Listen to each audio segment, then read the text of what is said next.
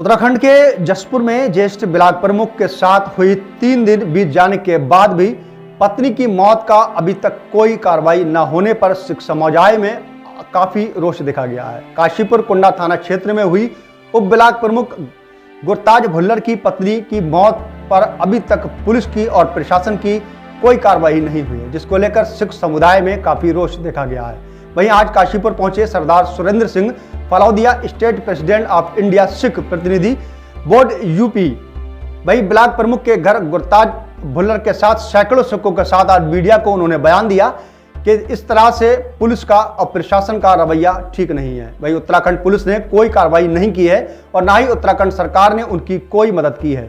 अधिकारियों ने भी अभी तक आश्वासन नहीं दिया है, जबकि ये परिवार बीजेपी से जुड़ा हुआ है। उत्तराखंड और उत्तर प्रदेश के सेंटर सहित बीजेपी की सरकार है, मगर उनके साथ कोई न्याय नहीं दिख रहा है।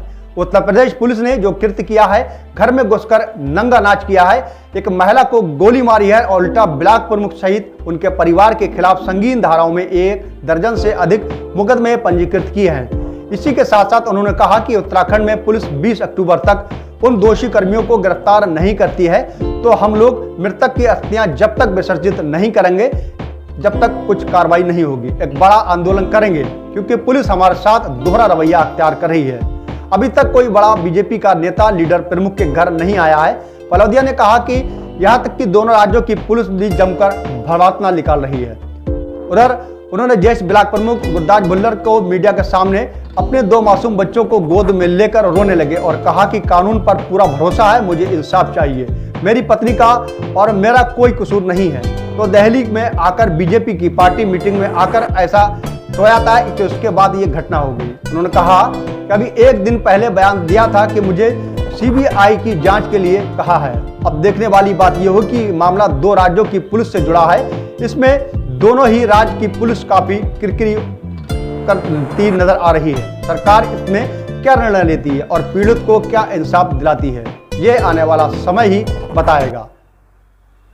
के नाम पे गुरप्रीत कौर के मर्डर के बाद उत्तर प्रदेश सरकार और उत्तराखंड सरकार ने हमें चिढ़ाने का और काम किया है कि विश्वसनीय सूत्रों से हमें पता चला है कि गुरप्रीत कौर की तो हत्या कर देती है यूपी पुलिस मुरादाबाद की, ऊपर से उल्टा जैसे हमें विश्वसनीय सूत्रों से पता चला है मुरादाबाद के अंदर घटना कुंडा काशीपुर उत्तराखंड में घटती है और मुरादाबाद के अंदर कई संगीन धाराओं के अंदर पीड़ित परिवार के खिलाफ ही मुकदमा दर्ज कर लिया जाता है।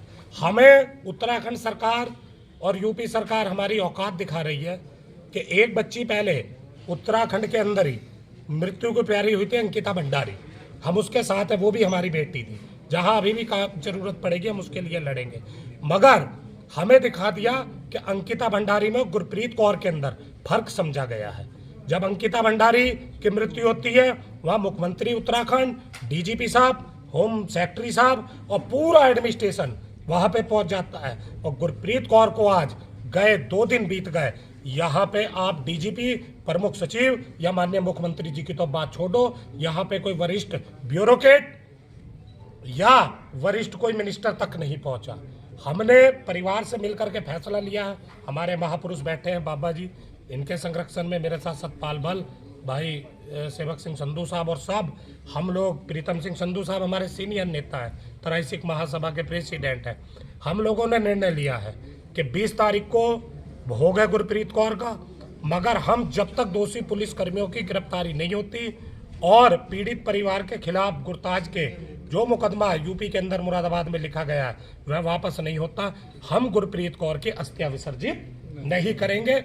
और 20 तारीख तक नहीं होती तो हम उसकी अस्थियों का कलश लेकर के फिर हम काशीपुर में अपने महापुरुषों के संरक्षण में और सिख समाज को साथ लेकर के अपनी हमारी सिख जत्थेबंदियां, किसान जत्थेबंदियां और हिंदू, मुस्लिम, सिख, ईसाई सभी मानव प्रेमियों को हम साथ लेकर के आंदोलन करने पर मजबूर होंगे। मेरी पत्नी सरकारी एम्प्लॉय थी, शासन सहकारी समिति में जॉब करती थी। मेरा 4 महीने का बच्चा है और 4.5 साल की बेटी है। जो मेरे साथ हुआ ये किसी और के साथ ऐसा ना हो। और दोनों जगह, दोनों स्टेटों में हमारी भारतीय जनता पार्टी की सरकार है और मैं सरकार से यही विनती करना चाहूँगा कि इसकी सीबीआई जांच कराई जाए और मुझे इन बच्चों को, इनकी मां के साथ जो हुआ, मुझे न्याय चाहिए। और प्रशासन से, पुलिस प्रशासन से भी मुझे बहुत उम्मीद है, उत्तराखंड सरकार से, कि ये मेरे लिए मेरी पूरी मदद करेंगे। और मैं सारी जनता से यही अपील करता हूँ कि सभी मेरा सहयोग करें, मेरा साथ दें।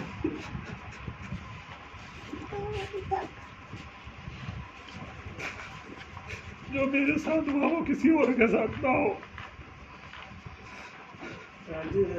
मैं सीबीआई जांच की मांग भी करता हूं सरकार से कि इसकी सीबीआई जांच करा ली जाए। अगर हमारे में कोई कमी है, कोई दोष हमारा है, तो हमें उसकी सजा भी दी जाए। लेकिन हमारा कोई कसूर नहीं था। मैं आधा घंटा 1 घंटा पहले दिल्ली से आया था और आगे अभी बच्चों से और अपनी घरवाली से मिला भी नहीं था, अंदर सोया हुआ था और उतनी में ये सब कुछ हो गया मेरे साथ। मैं यही कहना चाहूँगा कि दोनों तरफ भारतीय जनता पार्टी की सरकार है, लोगों को सरकार में और मुझे भी बहुत भरोसा है, सेंटर में भी हमारी सरकार है। मैं हाथ जोड़ के सरकार से न्याय चाहता हूँ और उनसे उनके ऊपर सख्त से सख्त कार्रवाई की जाए। और मुझे अभी पता चल रहा है, कभी कोई बताता है कि मेरे साथ मेरी घरवाली भी चले गई और उल्टा हमारे पे ठाकर द्वारा में जाके फर्जी मुकदमे बना दिए गए। ये सब कुछ सरकार को, मैं सरकार से न्याय की मांग करता हूँ हाथ जोड़ के कि कभी किसी और के साथ ऐसा ना हो। मैं कैसे पालूंगा छोटे छोटे बच्चों। ठीक है।